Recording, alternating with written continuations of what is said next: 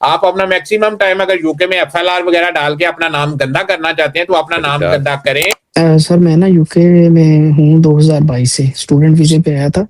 UK में है तो 2022 से 22 है। जी सर, सही है। मास्टर किया मैंने डिजिटल मार्केटिंग में। सही। और मेरा पीएसडब्ल्यू मतलब कि चल रहा है, तो अभी मैं मतलब कि 5-6 मंथ का टाइम और गेन करके ना यहाँ पे एफएलआर डाल के तो टाइम गेन करना चाह रहा हूँ। तो वो सही। हो जाएगा, लॉयर से बात हुई है, क्योंकि मैं चाह रहा हूँ कि जितना अर्न हो सके उतना ही बेहतर है। तो मैं यूके लीव करना चाह रहा हूँ और मैं यूरोप में सेटल होना चाह रहा हूँ। तो मेरी वाइफ ने भी ग्रेजुएशन किया हुआ है ह्यूमन न्यूट्रिशन एंड डाइटेटिक में, और उन्होंने आईएलटीएस भी अपना क्लियर कर लिया 6.5 बैंड के साथ ना रिसेंटली दिसंबर के एंड पे। तो मैंने ना उनका किसी कंसल्टेंट के थ्रू पाकिस्तान में ना स्वीडन के लिए अप्लाई किया हुआ है। लेकिन मैंने आपकी ना वीडियोस वगैरह देखी हुई है, तो मेरा ना माइंड चेंज हो रहा है कि स्वीडन में इतने पैसे लगाने की बजाय ना अगर हम लिथुआनिया में आते हैं तो सर क्या पॉसिबिलिटीज हैं, क्योंकि मेरे पास यूके का फुल कार ड्राइविंग लाइसेंस भी है, ठीक है। तो मुझे क्या बेनिफिट होगा मैं अगर अपनी वाइफ के साथ ऐसे डिपेंडेंट आऊँ, और क्या हम लिथुआनिया में सेम टाइम ट्रैवल कर सकते हैं या क्या सीन है, या उनका जब टीआरपी मुझे कुछ इस तरह का कुछ गाइड करें, क्योंकि मैं बेसिकली मेरा मकसद है यूरोप में सेटल होने का, क्योंकि जितनी ख्वारी हमने यूके में काट लिया, अब मजीद हम स्टडी के चक्करों में नहीं पढ़ना चाह रहे, ऑनेस्टली स्पीकिंग। सही है।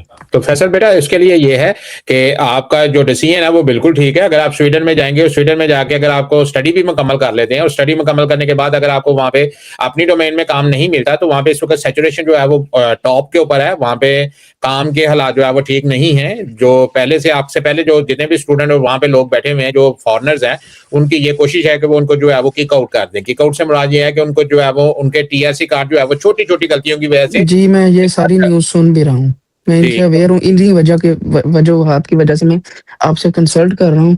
और इन्हीं चीज़ों को लेकर मैं चाह रहा हूँ कि इतनी फ़ी देनी है उधर, उसमें उससे कम फ़ी में हमारा लिथुआनिया में हो जाएगा, हम यूरोप में एंटर हो जाएंगे लीगली। मेरा वैसे एक शेंजन का वीज़ा भी लगा हुआ है ना, ठीक हो मैं गया। 3-4 कंट्री घूम के भी गया हूँ। जी, उसके लिए जो है वो आप अपनी बीवी का जो है वो स्वीडन में जो लिथुआनिया में एडमिशन करवाएं। आपकी वाइफ जो है वो अभी पाकिस्तान में है या यूके में है? नहीं सर, पाकिस्तान में, वो यूके में नहीं आए।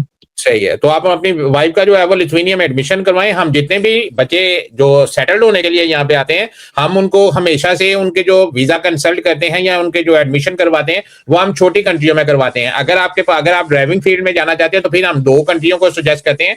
इसीलिए हम जिस भी बच्चे को जो है वो पहले जिस भी बच्चे का हमने जो है वो स्टडी वीजा का कंसल्ट करना होता है या स्टडी वीजा का प्रोसेस करना होता है, हम उसके साथ पहले जो है वो एक प्राइवेट सेशन रखते हैं, उससे पूछते हैं कि अभी आपका मकसद क्या है। फिर उसका जो मकसद होता है, फिर उस मकसद के हिसाब से हम जो है वो उस बच्चे को जो है वो आगे जो है वो रेफर करते हैं कि आपने कौन सी कंट्री में जाना है। फिर हम आपकी स्किल्स के ऊपर पूछते हैं कि आपके पास कौन कौन सी स्किल्स हैं, फिर उस स्किल के हिसाब से हम आपको जो है वो करवाते हैं।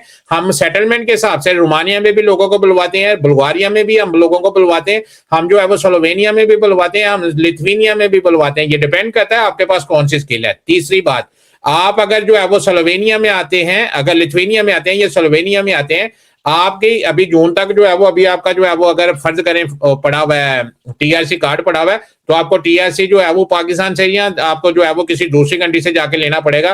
पहले आपने अपना जितना भी टाइम गेन करना है आप अपनी बीवी को जो है वो यहाँ पे भेज दें। जब आपकी बीवी जो है वो यहाँ पे आ जाएंगी, उसके बाद जो है वो आपकी बीवी यहाँ पे आके जो है वो आपको फैमिली रीयूनिफिकेशन वीजे पे यहाँ पे बुलवाएंगी। आप अपना मैक्सिमम टाइम अगर यूके में एफएलआर वगैरह डाल के अपना नाम गंदा करना चाहते हैं तो अपना नाम गंदा करें, खूब दबा के अपना नाम गंदा करें, ताकि जिंदगी में वो आपको जो है वो यूके में एंटर ना होने दे। बाद में जैसे ही आप वीजा अप्लाई करें वो हाथ जोड़ के आपके सामने खड़े हो जाएंगे, गुरुजी हमें माफ करें। फिर जो है वो आपको उस मुल्क से निकलना चाहिए ताकि आने वाली नस्लों को भी जो है वो आपकी जो है वो वीजा ना दें। क्योंकि ये जो सॉलिसिटर हैं वो अपने 2-3 हजार रुपए के लिए आपको गलत गाइड करते हैं कि आप जो है वो 2-3 हजार रुपया हमें दो, हम आपके 3-4 महीने 6 महीने और निकलवा देते हैं। लेकिन आप ही लोग जो है ये चीज भूल जाते हैं कि जिस वक्त आप किसी भी मुल्क में ओवर स्टे हो जाते हैं, एफएलआर डाल देते हैं, उसके बाद आपको आगे वो वाली जो कंट्री होती है जैसे यूके है वो आपको सारी जिंदगी आगे पेपर नहीं देती। और साथ में सिर्फ आपकी बात नहीं कर रहा, आपके बच्चे के साथ जहां पे आपका नाम लग जाएगा, आने वाली नस्ल का भी आप जो है वो यूके में रास्ता बंद कर देते हैं। तो इस तरह आपको नहीं करना चाहिए। आपने अगर अपनी बीवी का प्रोसेस करवाना है लिथुआनिया का करवाएं, अपना वीजा भी लगवाएं साथ में जाके। अगर लिथुआनिया का करवाएंगे तो आपका वीजा जो है यहाँ अजरबैजान से लगेगा, आपकी बीवी का और आपका, या फिर मलेशिया और थाईलैंड से लगेगा। वहां से वीजा लगवाएं, यहाँ पे आ जाएं और अगले जो है वो अपनी लाइफ को जो है वो यहाँ पे सेटल करें।